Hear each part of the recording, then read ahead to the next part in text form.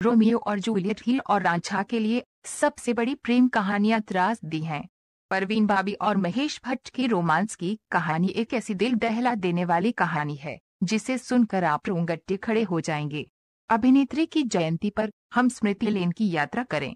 कबीर बेदी के साथ अपने रिश्ते को खत्म करने के बाद 1977 में परवीन टूटे हुए दिल की देखभाल कर रही थीं। ये भी समय के दौरान था कि उसने महेश में सांत्वना पाई और उन्होंने एक भावुक संबंध शुरू किया। फिल्म निर्माता पहले से ही अपने बचपन की प्यारी लोरेन राइड उर्फ किरण भट्ट से शादी कर चुके थे, लेकिन इससे उन्हें परवीन के साथ प्यार में सिर के बल गिरने से नहीं रोका गया।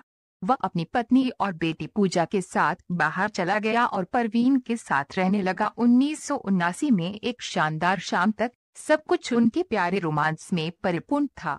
फिल्म फेयर के साथ एक साक्षात्कार में महेश ने खुलासा किया कि जब वह परवीन के घर में दाखिल हुए तो उन्होंने गलियारे में उनकी पेटरी माता को देखा, जिन्होंने उनसे अभिनेत्री की जांच करने का अनुरोध किया था। वह बेडरूम में चला गया और देखा कि उसकी रीढ़ के नीचे एक ठन लग रही है। परवीन ने फिल्म की पोशाक पहनी हुई थी और दीवार और बिस्तर के बीच के कोने में मुड़ी हुई थी। उसकी चाल जानवर की तरह थी। उसके हाथ में रसोई का चाकू था। तुम क्या कर रहे हो, मैंने पूछा। उसने कहा, चुप रहो, बात मत करो। ये कमरा खराब है, एक जासूसी उपकरण के साथ स्थापित। वे मुझे मारने की कोशिश कर रहे हैं। वे मुझ पर एक झूमर गिराने जा रहे हैं। उसने मेरा हाथ पकड़ लिया और मुझे बाहर ले गई। मैंने देखा कि उसकी मां मुझ पर बेबस है। उसकी निगाहें ये बताती हैं कि यह प्रकरण पहले भी हुआ था। ये पहली बार नहीं था, महेश ने कहा। शीर्ष मनोचिकित्सकों से परामर्श किया गया और परवीन को पैरानॉइड सिजोफ्रेनिया का निदान किया गया। महेश ने उसके लिए वहां जाने की कोशिश की, लेकिन उसके भ्रम और भी बदतर होते रहे। कभी कभी वो कहती है कि एयर कंडीशनर में एक बग था, हमें इसे खत्म करना था और उसे दिखाना था। अन्य समय में पंखे या इत्र में बग था, उन्होंने कहा। महेश ने एक विशेष घटना को याद किया जब परवीन ने माना कि जिस कार में वे यात्रा कर रहे थे उसमें बम था। उसने चलती कार का दरवाजा खोल दिया, ये कहते हुए कि बम फट जाएगा, और मुझे पकड़ने की कोशिश करते हुए मेरे साथ सड़क पर भाग गया। लोगों ने सोचा कि परवीन बाबी का अपने प्रेमी के साथ झगड़ा हो रहा है।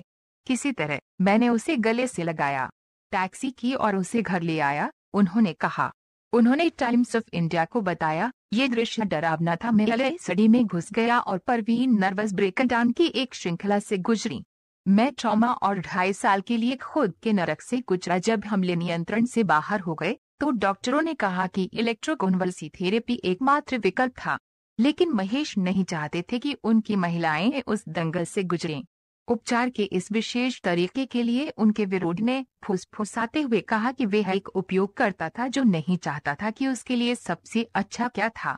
कोई दूसरा रास्ता न देखकर महेश परवीन के साथ अपने दार्शनिक मित्र यूजी कृष्णमूर्ति के साथ बेंगलुरु भाग गया। मुझे विश्वास था कि ड्रग थेरेपी के बाद भी उसका जीवन शांत रहेगा। अगर उसे ठीक करना होता तो उसे गुमनामी के घूंघट के नीचे रहना पड़ता। यूजी को पूरी तरह से ठीक होने की बहुत कम संभावना थी। उसने एक वैकल्पिक जीवन का सुझाव दिया जिससे मुक्त हो गया। स्टारडम का दबाव, फिल्म निर्माता ने फिल्म फेयर को बताया। कुछ समय बाद अक्टूबर 1979 में उन्होंने परवीन को अपने दोस्त की देखभाल में छोड़ दिया और वापस मुंबई आ गए। महेश का मानना था कि वे यह समस्या का हिस्सा था और उसे ठीक होने के लिए खुद को उससे दूरी बनाने की जरूरत थी। वह अपनी पत्नी के साथ वापस चला गया और अपनी शादी में जो कुछ बचा था उसे संशोधित करने की कोशिश की।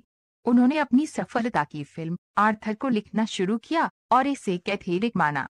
हालांकि उसी वर्ष परवीन महेश के जीवन में लौट आई। हालांकि उसने अपनी पत्नी के साथ सुलह कर ली थी, लेकिन वह उसके वापस जाने का विरोध नहीं कर सकता था। उन्होंने कहा, परवीन जानती थी कि मैं यूजी के संपर्क में हूँ, जो फिल्मों में वापसी के खिलाफ थी। वह पवित्रता की आवाज थी जिसे वह सुनना नहीं चाहती थी। इसलिए उसने आखिरी कार्ड खेला। उन्होंने बस इतना ही कहा। प्यार करने वाले थे। उसने उसे अपनी या दार्शनिक के बीच चयन करने के लिए कहा। यह तब था जब वह समझ गया था कि उनका रिश्ता बर्बाद हो गया था और बारिश में बह गया। एक स्टार नग्न परवीन को उसके पास बुलाकर छोड़ दिया, लेकिन उन्होंने कभी पीछे मुड़कर नहीं देखा। मुझे समझ में आया कि रिश्ता खत्म हो गया था और मैं खुशी खत्म होने की उम्मीद में अपने आप को बहला रही थी। एक ही व्यक्ति ने उसे इस सीपी से गद्दीदार बनाया था, जिसने उसे नर्स किया था और बाहर जाने का रास्ता सुझाया था। वह उसकी बात नहीं सुनना चाहती थी। सच्चाई, यूजी ने मुझे फंसाया था और उसकी मां थी। पार्टी को जारी रखने का कोई रास्ता नहीं था। हम 1980 में टूट गए। आउटलुक ने उन्हें ये कहते हुए उद्धृत किया, मुझे याद है पिछली बार जब मैंने देखा था कि वे हॉलिडे इन में एक किताब की दुकान पर थे, जब खाड़ी युद्ध जारी था। हमने एक दूसरे को नमस्ते भी नहीं कहा था। वह पूरी तरह से अलग व्यक्तित्व बन गई थी। जब 2005 में परवीन गुमनामी में गुजर गई तो महेश उनके शरीर का दावा करने वाले थे।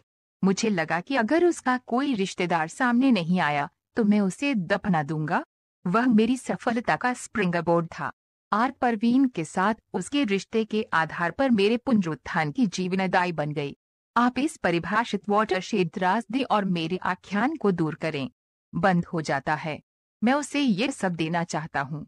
उसे दफनाने की पेशकश करने से मुझे अपनेपन का एहसास हुआ।